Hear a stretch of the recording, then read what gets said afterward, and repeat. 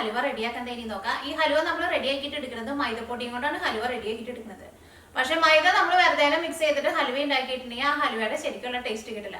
അപ്പോൾ നമ്മൾ ഹലുവ റെഡിയാക്കാൻ പോണേൽ ഒരു 2 ദിവസം മുമ്പ് മൈദപ്പൊടിയിൽ വെള്ളം ഒഴിച്ചിട്ട് ഈ മൈദ നമ്മളൊന്ന് പുളിക്കാൻ വേണ്ടിയിട്ട് വെക്കണം. 2 ദിവസം കഴിയുമ്പോഴേക്കും മൈദ ഒന്ന് പതഞ്ഞ് ഇങ്ങനെ പുളിച്ച് വന്നിട്ടുണ്ട്. അത് കഴിഞ്ഞിട്ട് അത് നമ്മളൊന്ന് മിക്സ് ചെയ്തിട്ട് അത് അരിച്ചിട്ട് മൈദയുടെ പാലെടുക്കും. അത് വെച്ചിട്ടാണ് നമ്മൾ ഹലുവ റെഡിയാക്കിയിട്ട് എടുക്കുന്നത്.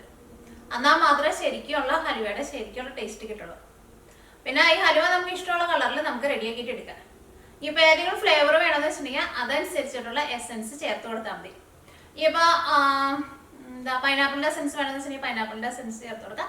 അതിന് ഇഷ്ടമുള്ള അതിൻ്റെ ഫ്ലേവർ നമുക്ക് ചേർത്ത് കൊടുക്കാം. അത് ഹലുവയുടെ ഏറ്റവും ലാസ്റ്റ് ആകുമ്പോൾ ചേർത്താൽ മതി. പിന്നെ ഹലുവയിലേക്ക് നമ്മൾ അത്യാവശ്യം നന്നായിട്ട് ഓയിൽ ചേർക്കുന്നുണ്ട്. പക്ഷെ ഓയിൽ നമ്മൾ കുറേ ചേർത്താലും ഹലുവയുടെ ഏറ്റവും ലാസ്റ്റ് ആകുമ്പോൾ നമ്മൾ അതിലേക്ക് ചേർത്തേക്കണ ഓയിലിൽ നിന്ന് ഒരു 3/4 ഭാഗം ഓയില് ഈ ഹലുവയുടെ ഉള്ളിൽ നിന്ന് പുറത്തേക്ക് വരും. പിന്നെ ഹലുവ കാണാനാണെന്നുണ്ടെങ്കിൽ നല്ല ഭംഗിയുണ്ട്, കഴിക്കാനാണെന്നുണ്ടെങ്കിൽ നല്ല ടേസ്റ്റ് ഉണ്ട്, നല്ല സോഫ്റ്റ് ആയിട്ടിരിക്കും. അപ്പോൾ നമുക്ക് നോക്കാം ഇതന്നെ റെഡിയാക്കാം. സാധനങ്ങൾ എന്തൊക്കെയാണെന്ന് നോക്കാം. ഞാനിവിടെ ഇതേപോലത്തെ ചില്ലിൻ്റെ ഗ്ലാസ്സിൽ 2 ഗ്ലാസ് മൈദ എടുത്തിട്ടുണ്ടായിരുന്നു. മൈദ അല്ലെങ്കിൽ ഓൾ പർപ്പസ് ഫ്ലോർ ആയിരുന്നാലും മതി.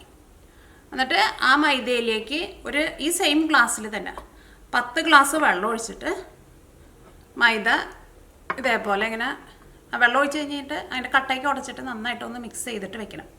ഞാൻ അങ്ങനെ ഇവിടെ 2 ദിവസം വെച്ചിട്ടുണ്ടായിരുന്നു. അപ്പോൾ മൈദ നന്നായിട്ട് ഇങ്ങനെ പുളിച്ച് വന്നിട്ടുണ്ട്. മൈദ അങ്ങനെ പുളിച്ച് വരണം, എന്നാൽ മാത്രമേ നമ്മുടെ ഹലുവയുടെ ആ ശരിക്കുള്ള ടേസ്റ്റ് കിട്ടുള്ളൂ. മൈദ പുളിച്ച് വന്നു കഴിഞ്ഞ് കഴിയുമ്പോൾ ഇതിങ്ങനെ നല്ല പാലും വെള്ളം പോലെ ഇരിക്കും. ഇത് കൈ കൊണ്ട് ഇങ്ങനെ ഒന്ന് ഇളക്കി കൊടുക്കാം. ഇതൊന്ന് അരിച്ചെടുക്കാം നമുക്ക്.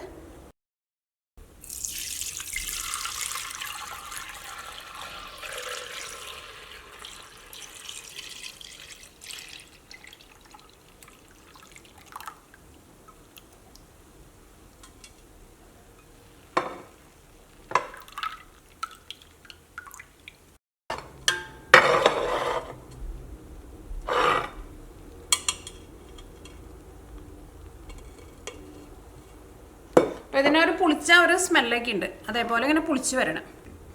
പിന്നെ ഹലുവയിലേക്ക് ചേർക്കാൻ വേണ്ടിയിട്ട് ഞാനിവിടെ കുറച്ച് നട്ട്സ് എടുത്തിട്ടുണ്ട്. അത് നമുക്ക് ഇഷ്ടമുള്ള നട്ട്സൊക്കെ ചേർക്കാം. ഞാനിവിടെ കാഷ്യൂ നട്ട് എടുത്തിട്ടുണ്ട്. കുറച്ച് ഇതേപോലെ ഇങ്ങനെ പംകിൻ സീഡ് നമുക്ക് വാങ്ങാൻ വേണ്ടിയിട്ട് കിട്ടും, അതും ഞാനിവിടെ കുറച്ച് എടുത്തിട്ടുണ്ട്. പിന്നെ നിങ്ങൾക്ക് ഇനി വേണമെന്നുണ്ടെങ്കിൽ വെള്ള എള്ള് കിട്ടുകയാണെന്ന് വെച്ചിട്ടുണ്ടെങ്കിൽ വെള്ള എള്ളും കൂടിയിട്ട് ചേർക്കാം. ഈ പംകിൻ സീഡൊന്നും ചേർക്കണമെന്ന് നിർബന്ധമില്ല, നമുക്ക് ഇഷ്ടമുള്ള നട്ട്സുകൾ ചേർക്കാം. കാഷ്യൂ നട്ട് ആയിരിക്കും കുറച്ചും കൂടി നല്ലതായിരിക്കും. പിന്നെ ഞാനിവിടെ പംകിൻ സീഡ് എൻ്റെ അടുത്ത് കുറച്ചുണ്ടായിരുന്നു, അപ്പോൾ ഞാനത് എടുത്തിട്ടുണ്ട്. അപ്പോൾ വെള്ളെള്ള് കിട്ടുകയാണെങ്കിൽ വെള്ളെള്ളും കൂടിയും കുറച്ച് ചേർക്കണം. ഹലുവയിലേക്ക് മധുരത്തിന് വേണ്ടിയിട്ട് പഞ്ചസാരയാണ് ചേർക്കുന്നത്. അപ്പോൾ ഞാനിവിടെ മൈദപ്പൊടി എടുത്തിരുന്ന ഈ സെയിം ഗ്ലാസ്സിൽ തന്നെ 2.5 ഗ്ലാസ് പഞ്ചസാരയാണ് എടുത്തേക്കുന്നത്. പിന്നെ ഓയിൽ വേണം. ഓയിൽ ഒന്നല്ലെങ്കിൽ വെളിച്ചെണ്ണ എടുക്കുക, അല്ലെങ്കിൽ സൺഫ്ലവർ ഓയിൽ എടുക്കുക. വെളിച്ചെണ്ണയിൽ ഉണ്ടാക്കുമ്പോഴായിരിക്കും ഹലുവയ്ക്ക് കുറച്ചും കൂടി നല്ല ടേസ്റ്റ് ഉണ്ടാവുക. അപ്പോൾ ഓയിലായിരുന്നാലും ഞാനിവിടെ മൈദപ്പൊടി എടുത്തിരുന്ന സെയിം ഗ്ലാസ്സിൽ തന്നെ 3.5 ഗ്ലാസ് ഓയിലാണ് ചേർക്കുന്നത്. പിന്നെ ഹലുവയിലേക്ക് ഫുഡ് കളറും വേണം. അതിപ്പോൾ നമുക്ക് ഏത് കളറ് ഹലുവയാണ് വേണ്ടതെന്ന് വെച്ചിട്ടുണ്ടെങ്കിൽ ആ കളറ് ചേർത്ത് കൊടുക്കാം. അപ്പോൾ ഇത്രയ്ക്ക് സാധനങ്ങളാണ് ഇത് റെഡിയാക്കാൻ വേണ്ടിയിട്ട് വേണ്ടത്. ഈ ഹലുവ റെഡിയാക്കാൻ വേണ്ടിയിട്ട് ഒരു പാൻ വെച്ചിട്ട് ചൂടാക്കാം. ഇതിലേക്ക് നമ്മൾ മൈദപ്പൊടി എടുത്തേക്കണ സെയിം ഗ്ലാസ്സിൽ തന്നെ 2 ഗ്ലാസ് വെള്ളം ചേർക്കാം.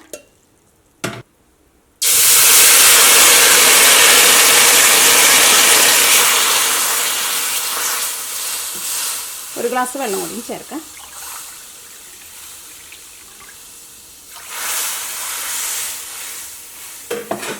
തീ നന്നായിട്ട് കൂട്ടി വയ്ക്കാം. ഇനി ഇതിലേക്ക് ഫുഡ് കളർ ചേർക്കാം. അതിപ്പോൾ നമുക്ക് ഏത് കളറാണ് വേണ്ടതെന്ന് വെച്ചിട്ടുണ്ടെങ്കിൽ ആ കളർ ചേർക്കാം. ഞാനിവിടെ 1/4 ടീസ്പൂൺ ഓറഞ്ച് ഫുഡ് കളറാണ് ചേർക്കുന്നത്.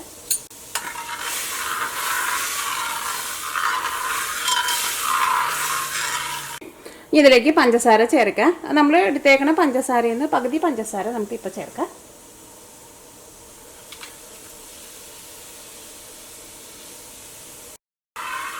ഈ പഞ്ചസാര ഈ വെള്ളത്തിൽ നന്നായിട്ടൊന്ന് അലിയണം. ഇപ്പോൾ വെള്ളം നന്നായിട്ട് തിളച്ചിട്ടുണ്ട്. ഇതിലേക്ക് ഓയിൽ ചേർക്കാം. ഈ ബാക്കിയുള്ള ഓയിൽ ഇത് നമ്മളിങ്ങനെ ഇളക്കി കൊടുക്കുമ്പോൾ വേറെ ടൈറ്റായിട്ട് ഇങ്ങനെ നമുക്കിങ്ങനെ തോന്നും. അങ്ങനെ ടൈറ്റായിട്ട് വരുന്ന സമയത്ത് ബാക്കിയുള്ള ഓയിൽ ഇതൊരു 3 പ്രാവശ്യമായിട്ട് ഇതിലേക്ക് നമുക്ക് ഓയിൽ ചേർത്ത് കൊടുക്കാം. ഞാനിതിലേക്ക് 1.25 ഗ്ലാസ് ഓയിൽ ചേർത്തിട്ടുണ്ട്. ഇതിലേക്ക് നമ്മൾ ആ മൈദയുടെ പാലുണ്ടല്ലോ അത് ചേർക്കാം. ഇത് ചേർത്ത് കഴിഞ്ഞിട്ടുണ്ടെങ്കിൽ പിന്നെ നിർത്താണ്ട് നമ്മൾ ഇളക്കി കൊടുത്തുകൊണ്ടിരിക്കണം, കാരണം അല്ലെങ്കിൽ ഇത് അടിയിൽ പിടിക്കും.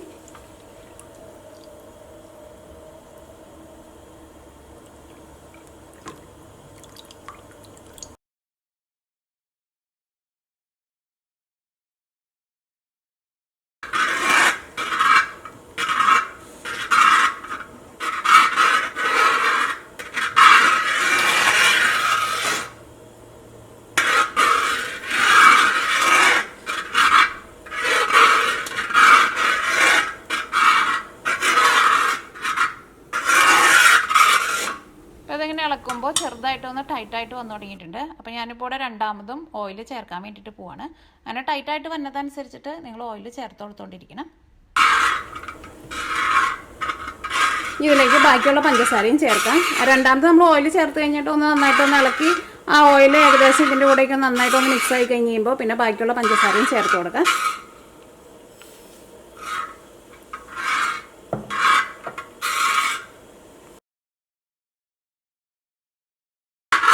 ഇത് ഇത്രയ്ക്ക് നേരമായിട്ട് ഒട്ടും അടിയിൽ പിടിച്ചിട്ടില്ല കേട്ടോ. അപ്പോൾ നിങ്ങൾ നിർത്താണ്ട് ഇങ്ങനെ ഇളക്കി കൊടുത്തുകൊണ്ടിരിക്കണം. ഞാനിവിടെ തന്നെയുള്ള ഇളക്കണത്. അപ്പോൾ ഞാനിവിടെ ഓയിൽ ചേർക്കുന്ന സമയത്ത് തീ നന്നായിട്ട് കുറച്ച് വയ്ക്കും. അപ്പോൾ ബാക്കിയുള്ള 1 ഗ്ലാസ് ഓയിലും കൂടിയിട്ട് ചേർക്കാം.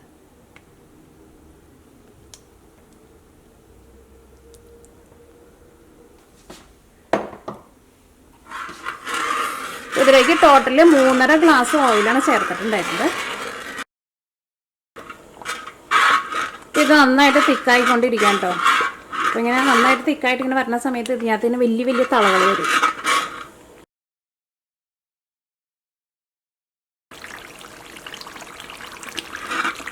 അപ്പോൾ ഇതിനകത്ത് ഓയിലൊക്കെ നന്നായിട്ട് ഇങ്ങനെ തെളിഞ്ഞ് വന്നിട്ടുണ്ട്. ഇതായിരുന്നാലും ഇതിനകത്തുനിന്ന് ഇങ്ങനെ സെപ്പറേറ്റ് ആയിട്ട് ഓയിലിൽ നിന്ന് ഇങ്ങനെ സെപ്പറേറ്റ് ആയിട്ട് മാറിയും വന്നിട്ടുണ്ട്.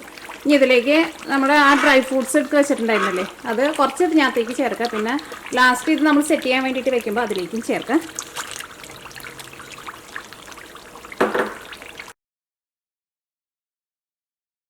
ഓയിലൊക്കെ നന്നായിട്ട് തെളിഞ്ഞ് വന്നിട്ടുണ്ട്. ഇനി ഇതൊന്നും കൂടിയും ഒന്ന് ഈ ഹലുവ ഒന്ന് നല്ല ഇങ്ങനെ എന്താ പറയുക, ഇതിപ്പോൾ ഭയങ്കര സോഫ്റ്റ് പോലെയാണ്. ഇത് നമുക്ക് ഇങ്ങനെ ഇളക്കുമ്പോൾ നമുക്ക് തന്നെ തോന്നാം. ഇതൊന്നും കൂടി നല്ലൊരു പിരിപിരിയായിട്ട് വരണത്.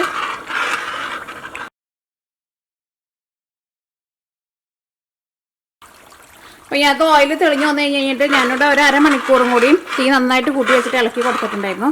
കാരണം ഓയിൽ തെളിഞ്ഞ് വന്ന വഴിക്കാണ് നിങ്ങൾ തീ ഓഫ് ചെയ്തത്. അപ്പോൾ അലുവ ഭയങ്കര സോഫ്റ്റായിട്ട് ഇങ്ങനെ ഇരിക്കും. ആ അലുവയുടെ ശരിക്കുള്ള ഒരു ടേസ്റ്റ് കിട്ടില്ല. അലുവയാകുമ്പോൾ കുറച്ചിങ്ങനെ ഒരു സ്റ്റിക്കി പോലെ അങ്ങനെ ഇരിക്കുമല്ലോ. അതേപോലെ വരണമെന്നുണ്ടെങ്കിൽ ഓയിൽ തെളിഞ്ഞ് കഴിഞ്ഞാലും തീ നന്നായിട്ട് കൂട്ടി വെച്ചിട്ട് ഒരു അരമണിക്കൂർ ഇതേപോലെ ഇങ്ങനെ ഇളക്കി കൊടുക്കണം. അപ്പോൾ അലുവ ഇതിനകത്ത് ഈ ഓയിലിൽ നിന്ന് നന്നായിട്ട് ഇങ്ങനെ സെപ്പറേറ്റ് ആയിട്ട് വന്നിട്ടുണ്ട്.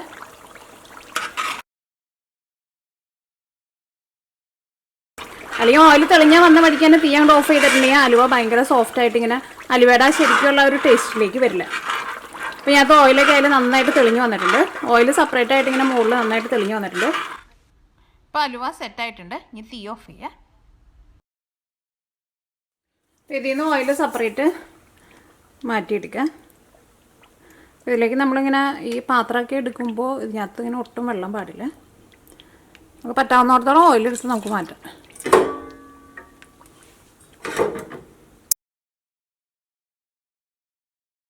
അപ്പോൾ ഇതിനകത്തുനിന്ന് ഒരു 3/4 ഭാഗം ഓയിൽ നമ്മളെടുത്ത് മാറ്റിയിട്ടുണ്ട്.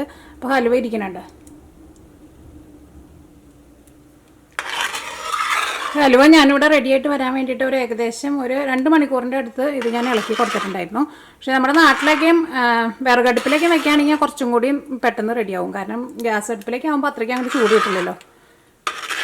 അപ്പോൾ ഹലുവയുടെ ടെസ്റ്റർ ഇതേപോലെ ഇങ്ങനെ ഇരിക്കണം. അപ്പോൾ ഞാനിവിടെ സെറ്റ് ചെയ്യാൻ വേണ്ടിയിട്ട് പോണത് കേക്കൊക്കെ ബേക്ക് ചെയ്യണ കേക്ക് ടിന്നിലാണ് ഞാൻ ചെയ്യാൻ വേണ്ടിയിട്ട് പോണത്. അല്ലെങ്കിൽ ഇപ്പോൾ ഏത് ടൈപ്പ് പാത്രത്തിലായിരുന്നാലും കുഴപ്പമില്ല. പക്ഷേ നോൺ സ്റ്റിക്കിൻ്റെ പാത്രത്തിലൊന്നും സെറ്റ് ചെയ്യാൻ വേണ്ടിയിട്ട് വെക്കുകയും ചെയ്യരുത്. നമ്മൾ അലുവ ഉണ്ടാക്കാൻ എടുക്കണ പാനായിരുന്നാലും നോൺ സ്റ്റിക്കിൻ്റെ പാനിൽ എടുക്കരുത്. കാരണം കണ്ടമാനം സമയം നമ്മൾ ഇട്ടിട്ട് ചൂടാക്കും. അപ്പോൾ കുറേ സമയമൊക്കെ ആയിട്ട് ചൂടായി കഴിഞ്ഞ് കഴിയുമ്പോൾ നോൺ സ്റ്റിക്കിൻ്റെ കോട്ടിങ്ങൊക്കെ അലുവയുടെ കൂടെ അങ്ങോട്ട് പോരും. ഞാനിതിവിടെ സെറ്റ് ചെയ്യാൻ വേണ്ടിയിട്ട് പോണതിന് മുമ്പ് കുറച്ച് നട്ട്സ് ഞാൻ ഇട്ട് കൊടുത്തിട്ടുണ്ട്.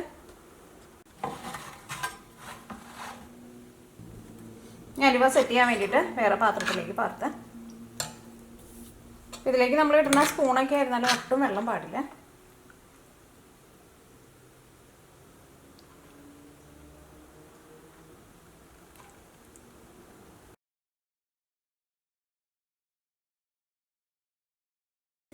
ഇനി ഹലുവ തണുക്കാൻ വേണ്ടിയിട്ട് വെയിറ്റ് ചെയ്യുക. ഇത് ഹലുവ നമ്മൾ കയ്യിലെടുത്തിട്ടുണ്ടെങ്കിൽ അത്യാവശ്യം ചെറിയ ചൂടുണ്ട്, കണ്ട ഇതേപോലെ തന്നെ. ഇപ്പം ഹലുവ നന്നായിട്ട് തണുത്ത് വന്നിട്ടുണ്ട്.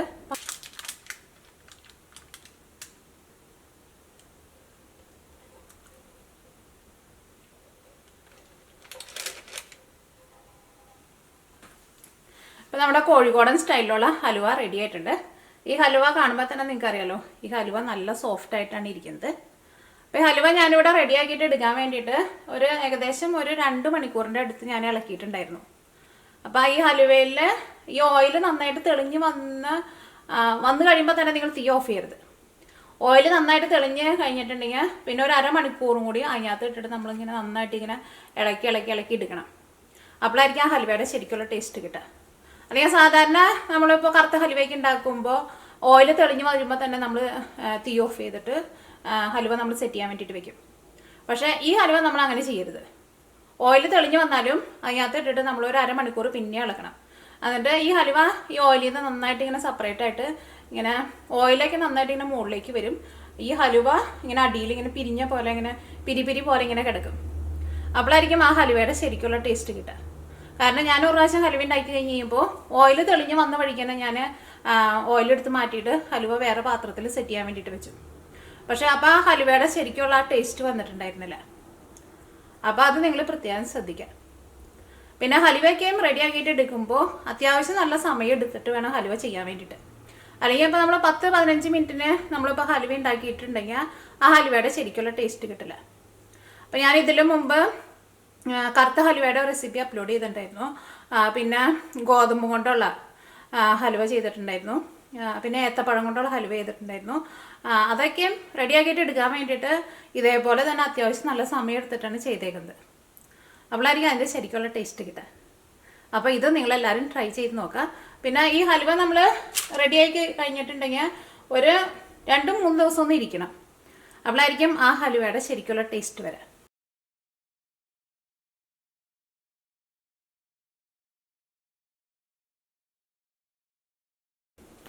അപ്പോൾ ഹലുവ നിങ്ങളെല്ലാവരും ട്രൈ ചെയ്ത് നോക്കാം. നിങ്ങൾക്ക് എല്ലാവർക്കും നല്ല ഇഷ്ടമാവും. ഇപ്പോൾ ഏതെങ്കിലും ഫ്ലേവറൊക്കെ വേണമെന്നുണ്ടെങ്കിൽ പൈനാപ്പിൾ വേണമെന്നുണ്ടെങ്കിൽ പൈനാപ്പിളിൻ്റെ ഫ്ലേവർ ചേർത്ത് കൊടുക്കുക. പിന്നെ വാനിലയുടെ ഫ്ലേവർ വേണമെന്ന് വെച്ചിട്ടുണ്ടെങ്കിൽ വാനില എസൻസ് ചേർത്ത് കൊടുക്കുക. പക്ഷേ വാനില എസൻസിൻ്റെ ഞാൻ ഹലുവ അങ്ങനെ കഴിച്ചിട്ടില്ല കേട്ടോ. പക്ഷേ പൈനാപ്പിളിൻ്റെ എസൻസൊക്കെ ചേർത്തിട്ടുണ്ടെങ്കിൽ ആ പൈനാപ്പിളിൻ്റെ ഒരു ഫ്ലേവറിൽ കിട്ടും. പിന്നെ ഹലുവ ഇതേപോലെ റെഡി ആയി കഴിഞ്ഞിട്ടുണ്ടെങ്കിൽ അതിപ്പോൾ നമ്മൾ വെക്കണ റൂം ടെമ്പറേച്ചറൊക്കെ അനുസരിച്ചിട്ട് ഇരിക്കും. ഇപ്പോൾ ഇവിടേക്കാണെന്നുണ്ടെങ്കിൽ ഞാനിപ്പോൾ ഒരാഴ്ച പുറത്ത് വയ്ക്കും. അത് കഴിയുമ്പോൾ ഫ്രിഡ്ജിലേക്ക് എടുത്ത് വയ്ക്കും. അപ്പോൾ നാട്ടിലെ ടെമ്പറേച്ചറിലൊക്കെ ആണെങ്കിലും ഒരാഴ്ചയ്ക്ക് പുറത്ത് ഇരിക്കും. അത് കഴിഞ്ഞ് കഴിയുമ്പോൾ പിന്നെ ഫ്രിഡ്ജിലേക്ക് എടുത്ത് വെക്കേണ്ടി വരും. പിന്നെ ഹലുവ എത്ര നാൾ സ്റ്റോർ ചെയ്ത് വെക്കാൻ പറ്റുമെന്ന് വെച്ചിട്ടുണ്ടെങ്കിൽ സാധാരണ കടകളിലേക്കും ഒരു